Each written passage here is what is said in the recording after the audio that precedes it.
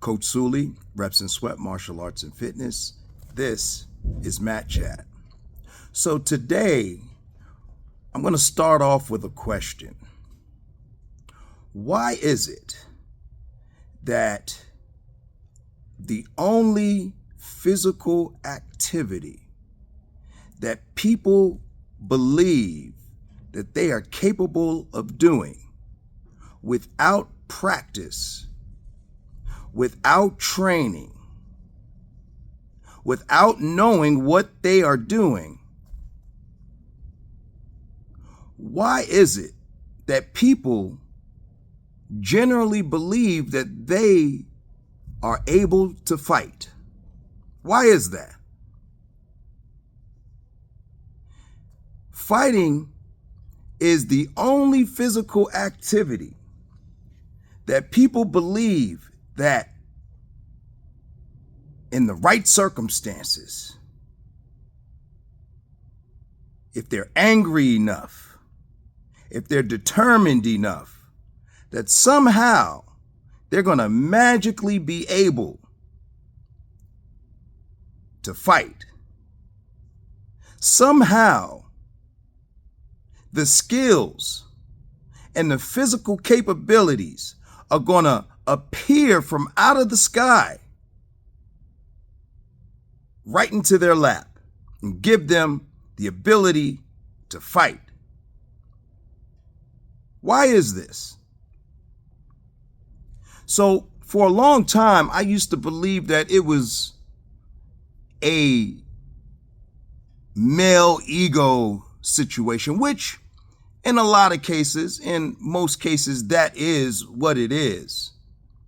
Like men inherently feel the responsibility to be able to defend themselves and defend the people that they love. They feel that responsibility a little bit deeper than women do.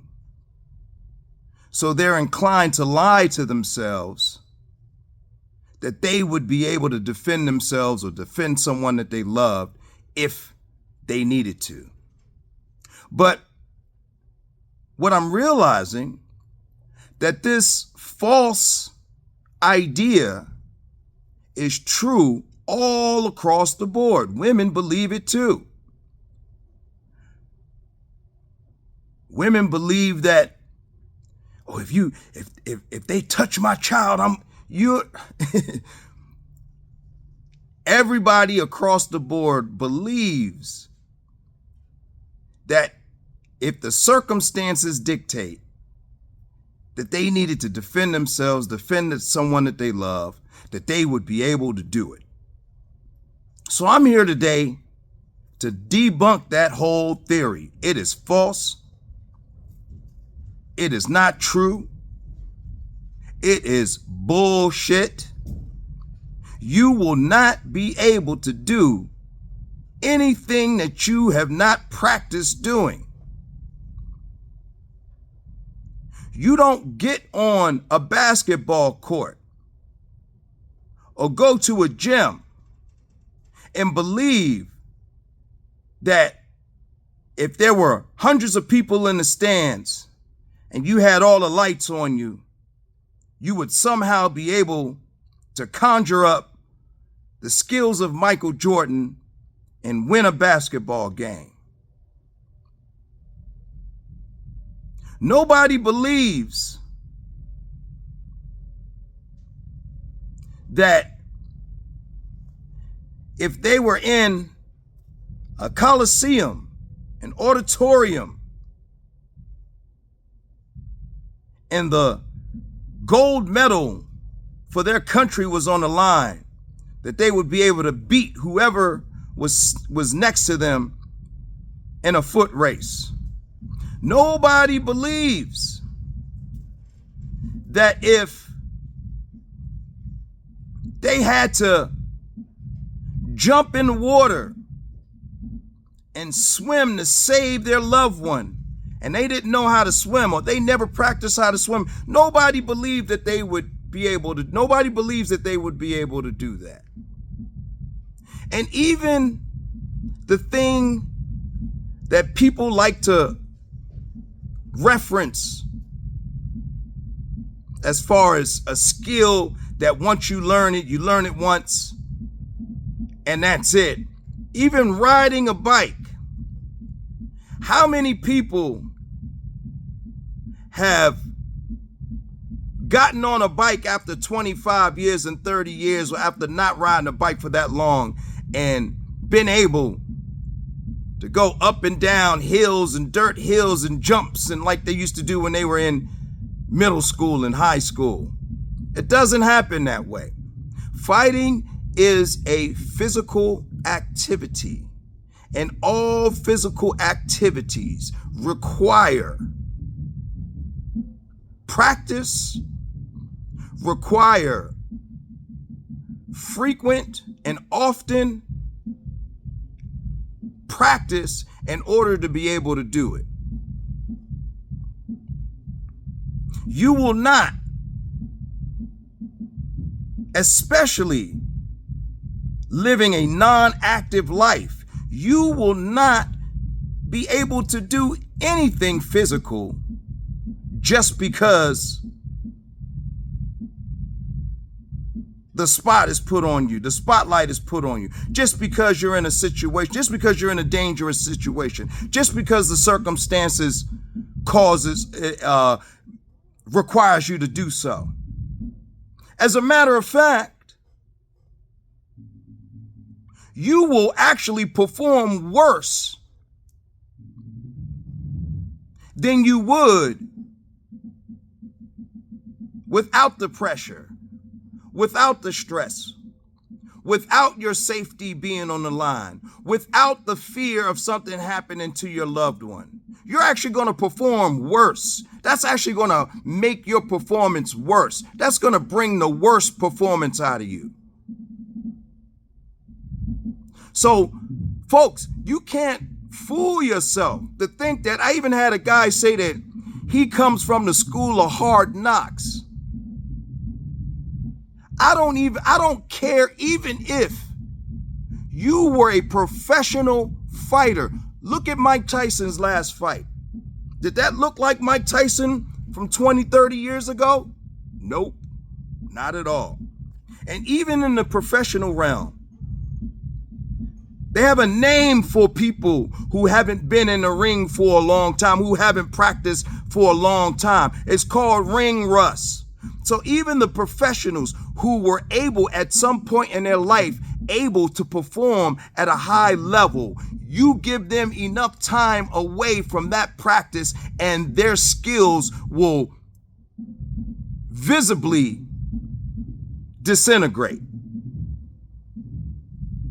Anything that you want to be able to rely on, any physical activity that you want to be able to rely on, particularly when you're talking about a high risk situation, you have to practice. That's just the way it is. We're human beings. We are human beings. And as somebody who is on the mats training regularly, you notice the difference. And as fast as 2 weeks, take 2 weeks off, take 3 weeks off, take a month off, your timing's going to be off. Your conditioning is going to be off. You're going to get gassed. So it has to be something that you work on a regular basis. And also, as someone who holds regular self-defense seminars, I make it a point to be clear that anything that I show you, I don't care. When I show folks a move, I'm like, this is how you pull your arm out. This is how you, all of the stuff that I show people, even when they get it right, I will not lie to my students and tell them that, yeah, you got it right. You're good. See you later. You're ready. No, that would be a lie. Even when you get it right, even when you learn it, even when you can teach it, even when you can go move for move and explain how it works, it still requires regular practice. So I put together a list of 10 reasons why we need to practice self-defense and practice martial arts if we want to be able to rely on it when or if we need it. So here we go. The first thing, faster reaction time. In a self-defense situation, in a stressful situation, in a situation where your safety is on the line, you do not have the liberty of taking time to think about what it is that you're going to do. You have to react, and you have to react quickly. And when you practice regularly, you develop a faster reaction time. Number 2,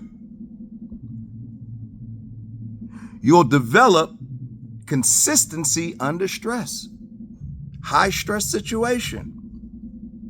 When that adrenaline hits, when you get that tunnel vision, your body becomes 100% reliant on your instincts. Your body's instincts. That means that whatever skill set that you need to lean on for your survival needs to be just as much second nature as breathing. When you breathe, you don't have to think about breathing. When you inhale, you don't have to remind yourself to exhale. When you exhale, you don't have to remind yourself to exhale. And your skill set that you want to be able to lean on and rely on in a situation, in a dangerous situation, needs to be just as much second nature as breathing. Reduced mental overload. Again, high stress situation. Your brain is only capable of thinking about one or two things at a time. It cannot be trying to remember which way does my thumb go when I'm throwing my punch? Where am I stepping? Who's behind me? All of these things need to be instincts. All of these things need to be second nature. Your brain, in essence, shuts down and you become 100% instinct. You do not have the mental capacity to be thinking about what it is that you're going to do. You have to just be able to do it. Number 4, increased confidence. In a self-defense situation, you got to move in with confidence. If you can't do the move instinctively, if the move is not second nature, you're not going to do it with confidence. If you got in your car and didn't remember how to steer the wheel, how would that ride be? When you're driving is second nature, you're not thinking about, I need to look in my mirror before I change lanes. You're automatically doing it. I would hope you're automatically doing it. I would also hope that you're using your blinkers as well when you're changing lanes. But all of these things need to be second nature. And all of these things need to be done confidently. Number 5, improve coordination. When we're talking about fighting, defending yourselves, there's a level of coordination that's necessary. You got to be able to put your foot closer while you're throwing a punch. You got to be able to coordinate your defense and your offense simultaneously. You got to be able to move laterally left and right while you're throwing, while you're also being offensive. All of these things have to coordinate. Again, there's so many moving pieces and moving parts when we're talking about self-defense. I don't understand how anybody can think that they would be able to do so without practicing it. I don't understand that. And when I almost get I almost get offended when I hear people speaking like this. It is so dangerous. It is so dangerous that if people are willing to do something that they don't know how to do, and it has so many dire consequences. It just boggles my mind. Number 6, better timing and precision. I mean, and the thing is that the people who practice know exactly what I'm talking about. And I'm sure a lot of the things that I'm mentioning, that person that's listening to this and still thinking that they would be able to fight somebody and they don't practice fighting, they almost don't even have any idea what it is that I'm talking about. Timing, precision, what does that mean? Timing is being able to predict where your opponent is about to go. Timing is being able to move your opponent to where they need to be so you can land whatever punch or kick that you need to land.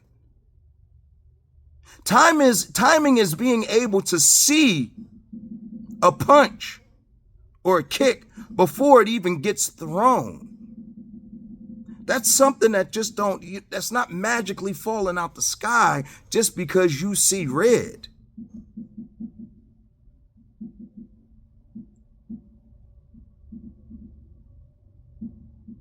And it takes even the professionals, like I said, we talked about ring rust, even the professionals that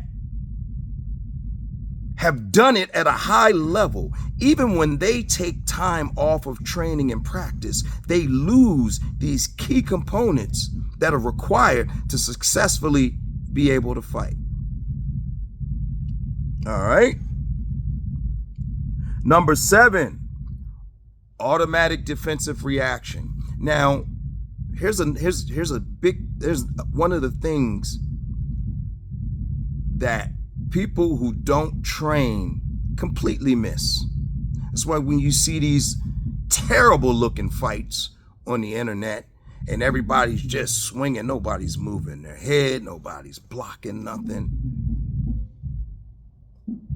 It's basically one person standing in front of the other. You hit me, I hit you. You hit me, I hit you. Whoever falls first wins the fight. They have no defensive instincts whatsoever. And defense plays a huge part. One of the things that when you have two people that don't know how to fight, the determining factor of who wins that fight, obviously first is going to be whoever's bigger or stronger. And then secondly, it's going to be whoever hits first. Because most people don't know anything about, have no defensive instincts. So if I'm a person that doesn't know how to fight and I'm fighting somebody else that doesn't know how to fight, if I hit them first, they don't have the instincts to see it coming and to do something about it. So I'm going to have a significant advantage in that scenario.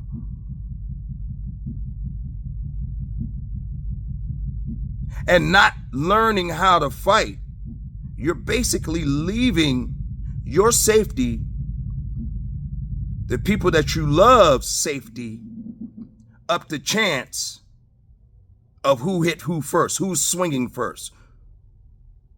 What if you didn't know you were in a fight and somebody comes and walks up and punches you in the face?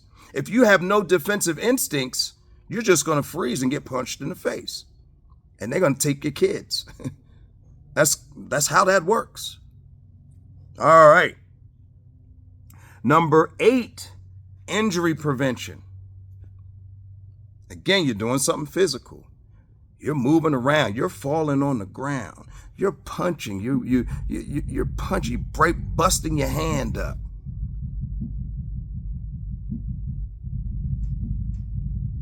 Rolling over your ankle because you don't know how to move. It boggles my mind that people who can barely get up a flight of steps really, really, really from the bottom of their heart believe that if the stakes required them to have to defend themselves or defend someone that they love, that they believe from the bottom of their heart that they will be able to do so. I think I blame it on Hollywood. But it's not going to happen. It is not possible. All right. Number 9, adaptability. When we're talking about a fight never plays out the way that you want it to. That punch that you threw with your inexperience, that haymaker that you threw, that you thought, oh man, when I connect on this and he moves out the way,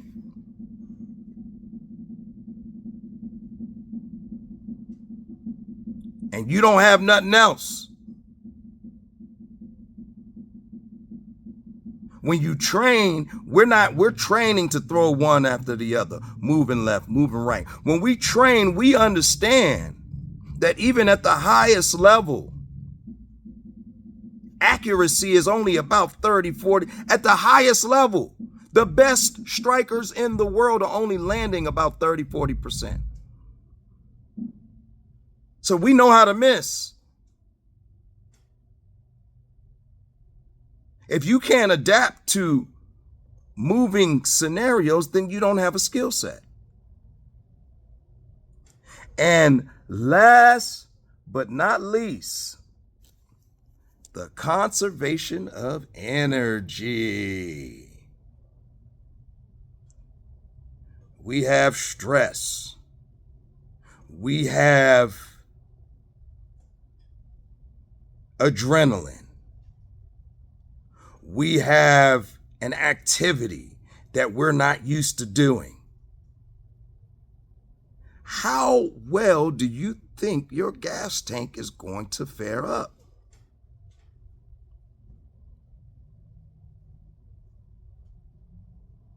How good do you think your gas tank is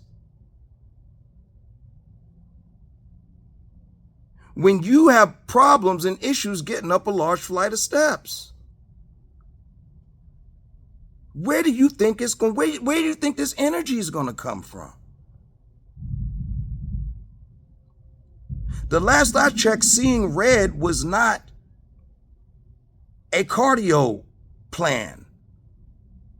It was not a cardio strategy. It was not a conservation strategy for your energy, seeing red. Where do you expect this energy to come from?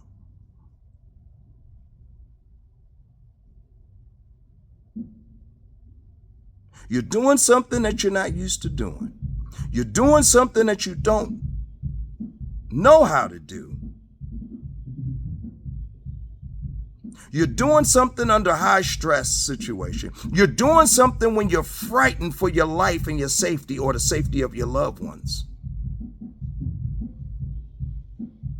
Thinking about that will drain your energy. Where do you think that the energy is going to come from if you don't know how to conserve your energy when you're doing that? There's so many reasons why if you want to look yourself in the mirror, because I know what the truth is. People who train know what the truth is. But if you want to honestly look yourself in the mirror and say that I would be able to defend myself if I needed to, you got to train. You got to train. There's no way around it. No way around it. I've had people I've had people tell me that they're ready from a virtual boxing video game.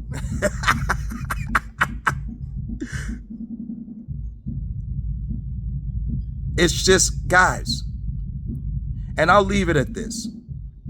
No other physical activity would anybody have the audacity to believe that they would be capable of doing other than fighting. Why is it that fighting provokes and encourages such delusion? It doesn't make sense, guys. It doesn't make sense. So either